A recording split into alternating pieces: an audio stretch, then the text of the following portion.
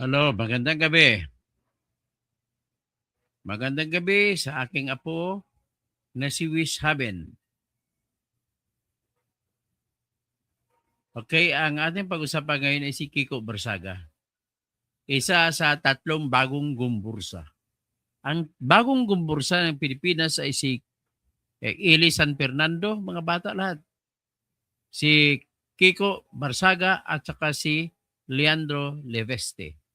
O, yan. Para sa inyong tatlo, I dedicate this vlog. So, ito ngayon po, natandaan ba natin na matinding mga korupsyon nangyayari sa nabigayan ng pera sa kongreso, sa mga congressmen? May utak pala nito si Enrique Rason. Binulgar siya binulgar siya ni Kiko Barsaga at magpapalabas o magde-deliver ng privilege speech si Kiko Barsaga dahil dito sa mga suhulan na nangyari sa Soler. Bago ang 2025 elections. So matindi pala ito si Enrique Rason. Ginagamit niya, ano bang gusto niyang mangyari? Marami ba siyang hinihingi na mga kontrata sa kay BBM kaya tumudo siya ng sugal para sa mga kandidato ni BBM sa 2025 election? So iyan po ang ating busisiin. Ito po, ilabas natin ang opisyal na pahayag ni Kiko Barsaga. Ito po. Yan, opisyal na pahayag ni Kiko Barsaga. Naglabas na siya at bibistuhin niya na si Enrique Rason na mastermind sa corruption sa Congress. Okay, basahin ko po yung pahayag ni Kiko Barsaga. Sabi niya, si Enrique Rason ang utak ng korupsyon sa Kongreso. Ito ay mariing ipinahayag ni Cavite 4th District Representative Kiko Barsaga, kung saan direkta niyang itinuro ang ultra-bilyonaryo na si Enrique Rason bilang mastermind sa likod ng malawakang korupsyon sa Kongreso. Ayon kay Barsaga, buo ang loob niyang ilantad ang lahat ng detalye sa isang pampublikong talumpati sa privilege speech pagbalik niya sa unang linggo ng Pebrero. Si Enrique Rason ang utak sa likod ng korupsyon sa Kongreso. Ilalantad ko ang lahat ng isang talumpating pagbalik ko sa unang linggo ng Pebrero. May suhol sa Soler bago ang 25 elections? Yan ang tanong. Sa hiwalay pang post, mas diretsahan pang sinabi ni Kiko Barsaga na may naganap umanong suhulan sa loob mismo ng hanay ng National Unity Party bago mag-2025 elections. Tumanggap ng suhol ang mga kongresista ng NUP mula kay Enrique Rason sa iba't ibang pagtitipon sa Soler bago ang 2025 elections kapalit ng pagsuporta kay Speaker Martin Romualdez. Mga screenshot, imbitasyon, lagda at non-disclosure. Kalakip ng kanyang post ang mga screenshot ng umano'y paanyaya ng National Unity Party na gathering sa Soler Resort, kung saan binanggit na dadalo si Enrique Rason. Mensahe na humihiling sa mga kongresista na pirmahan at ilimbag sa kanilang letterhead ang isang pahayag na suporta kay Speaker Romualdez. Paalala umano na ang mga pundong ito ay huwag idideklara sa COMELEC o sa publiko. Sa kanyang caption, so ibig sabihin may mga bigayan nangyari na nakatago, sikreto pala. Dapat hindi malaman ng COMELEC. Sa kanyang caption, mariing ipinahayag ni Barsaga, bago imbestigahan ng National Unity Party ang aking kalagayang mental, mas mainam na imbestigahan nila kung magkano ang tinanggap nilang suhol sa campaign funds mula sa negosyanteng si Enrique Rason bago ang 2025 elections na may higit umanong pinagbilin na huwag ideklara sa COMELEC o sa publiko kapalit ng suporta sa speakership ni Martin para sa 20th Congress o pangkasalukuyang Kongreso. Kaya pala, matapos ang eleksyon ay nung nag-umpisa na, hindi pa nag-umpisa ang sesyon, ay alam na si Romualdez na naman ulit ang speaker.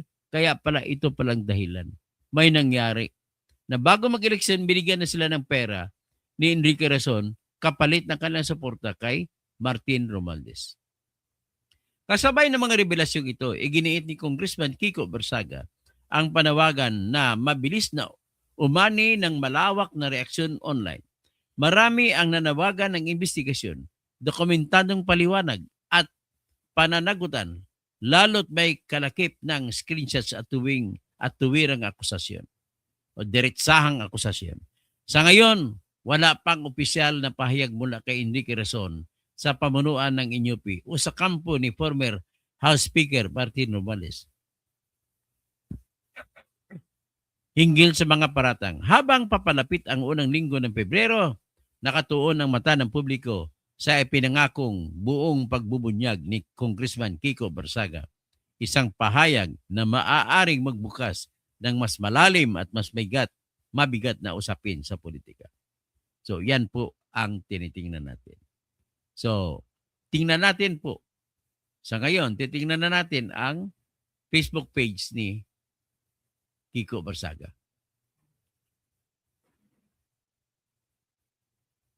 Tingnan natin.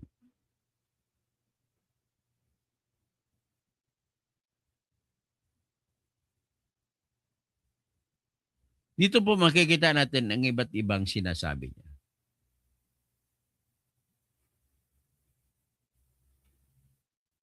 Congressman Kiko Bersaga. Yan ang official page niya.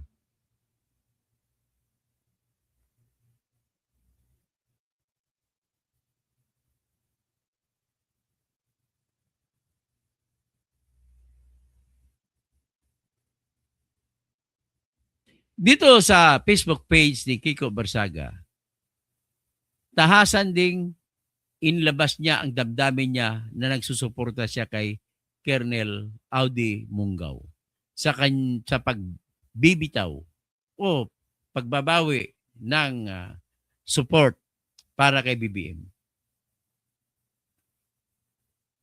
Tingnan natin. Pinost po ito ni General Romeo Poques, pero pinost din po ni Kiko Bersaga. At ang tawag ni Kiko Bersaga, a hero of the Philippines. Tapos, sabi pa ni Kiko Bersaga, small fees lang ang 480 billion pesos ni Congressman Gardiola. Ibig sabihin, si Congressman Gardiola ay nakitaan na may 480 billion pesos na nakadeposito sa bangko. So, marami pa daw mas malalang buaya kaysa kanya dito sa Kongreso. Bonus na naman sila dahil may 2026 budget na napirmahan na. Yan ang sinabi ni Kiko Bersaga. Pinost din ni Kiko Bersaga yung post ni Walden Bello. Sabi ni Walden Bello na inaayunan ni Kiko Bersaga, I am very pleased that ML Representative Laila de Lima acquired Representative Sil Diokno, Persisidanya Andada Kiram as well as Makabayan Reps Tonchi Tinyo, Sara Ilago and Reneco, and District Representative Ligarda Libeste, Kakabagaw, Edgar Erisi, Paulo Henry Marcolita, and Crisel Lagman voted against the bicameral budget. O yan lang, bakit pinaspan ba? Bumuto lang pala eh. Kasi isa rin si Kiko Bersaga ang hindi bumuto sa budget. Tapos, kinriticize niya, sabi niya tungkol kay Trump, invasion of Venezuela is great for the Philippine economy. The continuation of the Cold War will be to our benefit. So suportahan niya si President Trump. Tapos sabi niya rito, I am open to having my family investigated by President Marcos in their possible involvement in drug trafficking. I am not like Marcos. I do not let drugs control me. Binalita ito ni Congressman Kiko Bersaga, lalo na nang pinalabas nila ng gobyerno ni Bongbong Marcos na nasa drugs na kunoy ang pamilya ni Bersaga. Grabe naman. Sinabi niya, pinuri niya si General Poques. Sabi niya, the sacrifice of General Poques will only strengthen our resolve. We will fight against the corruption of President Marcos until the end. Yan, ito naman yung mga tatlong bagong gumbursa. Nakita niyo yung bagong gumbursa. Yan. Si Eli San Fernando, si Leandro Lebeste at saka si Kiko Barsaga. O, sabi naman ni Eli San Fernando, pwede naman palang maging masaya ang kwentuhan kahit iba-iba kayong pananaw. Iba talaga kapag may mayaman kang kaibigan. Salamat, Libre Leandro. Okay. So, yan po si Eli San Fernando, pamilya niya ata 'to eh. Oo. Ayan, nanay tatay ni Eli San Fernando. Nanay niya, oh. Ayan si Eli San Fernando. At hinarap ang mga pulis. Saan ba itong insidenteng ito? Sa mga pulis, gets namin trabaho niyan. Intindihan namin na utos lang yan at parte ng sinumpang yung tungkulin sa parehas na paraan. Hingi na rin namin ang pangunawa nang hindi tayo magkakalaban. Huwag ninyong marahas at maging mapayapa ang sabi ninyo. Pareho, pero tanong namin, mas may dadahas pa ba sa ginagawang korupsyon sa gagong politiko? O yun, binibira sila ni Romualdez. O ito pa, ano pa bang iba natin yun? So sinabi niya, pinasabog ng Venezuela, ang Venezuela dahil may drug lord. Silang presidente, natatakot ako, baka susunod ng Pilipinas.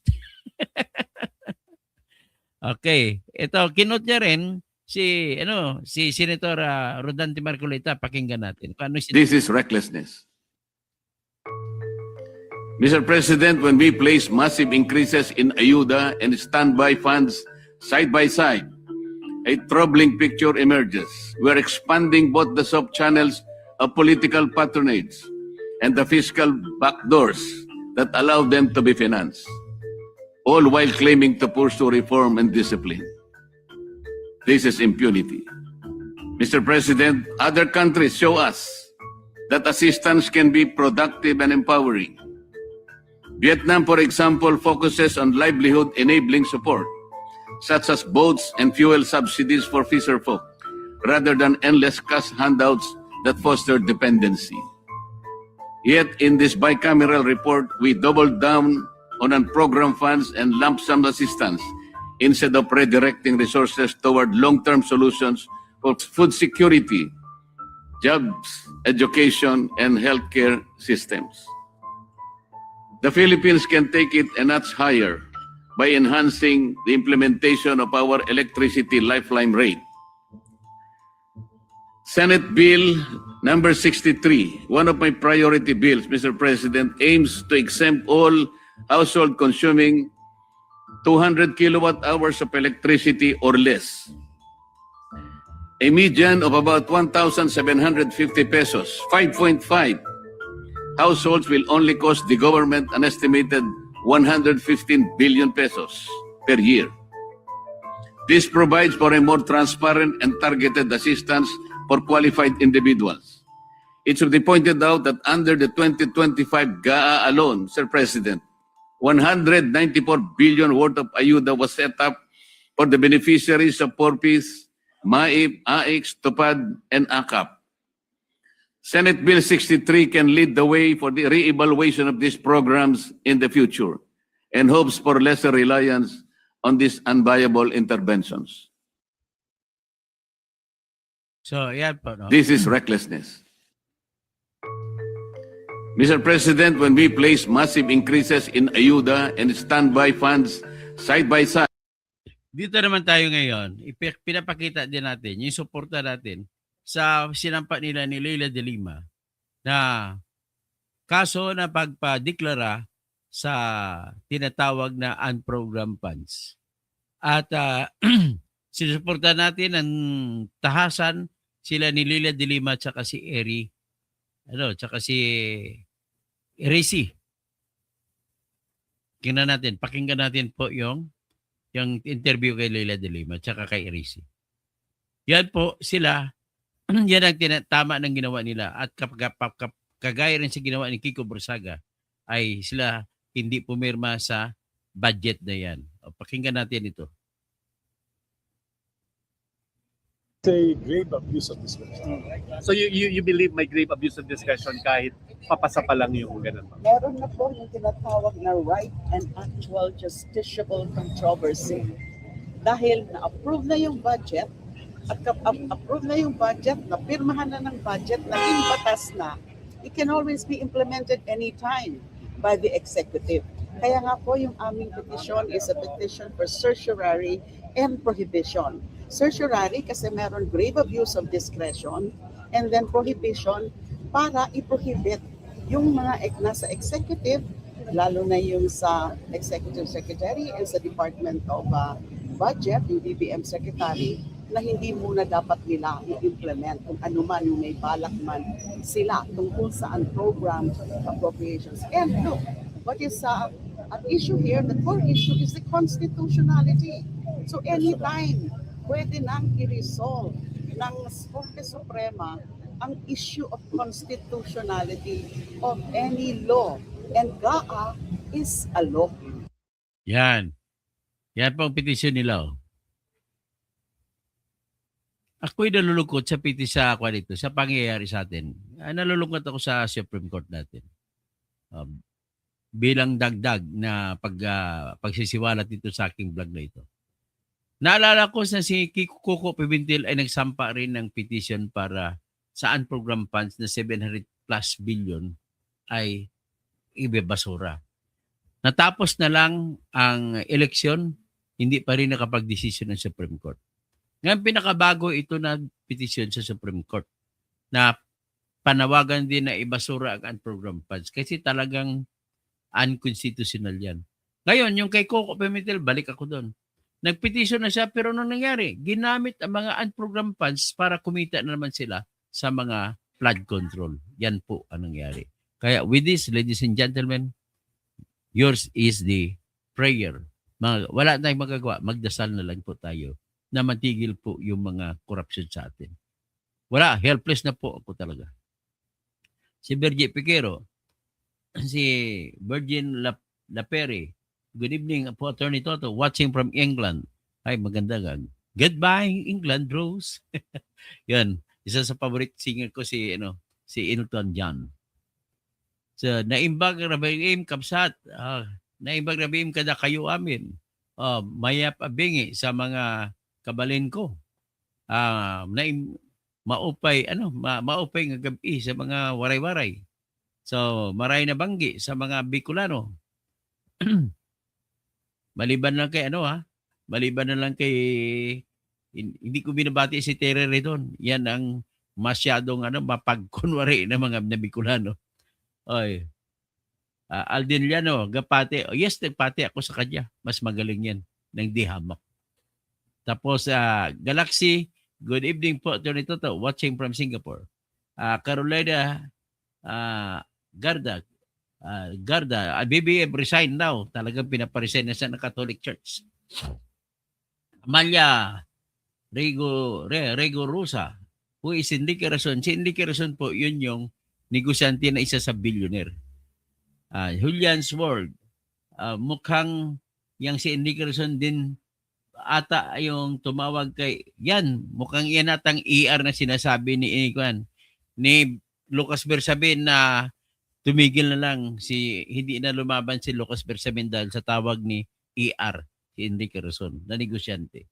Hilbert Bentinilla, Masanto Silabi sa mga Pangasinense watching in Canada. Masanto Silabi, Jaime Aquino, diyan ka sa Mapandan.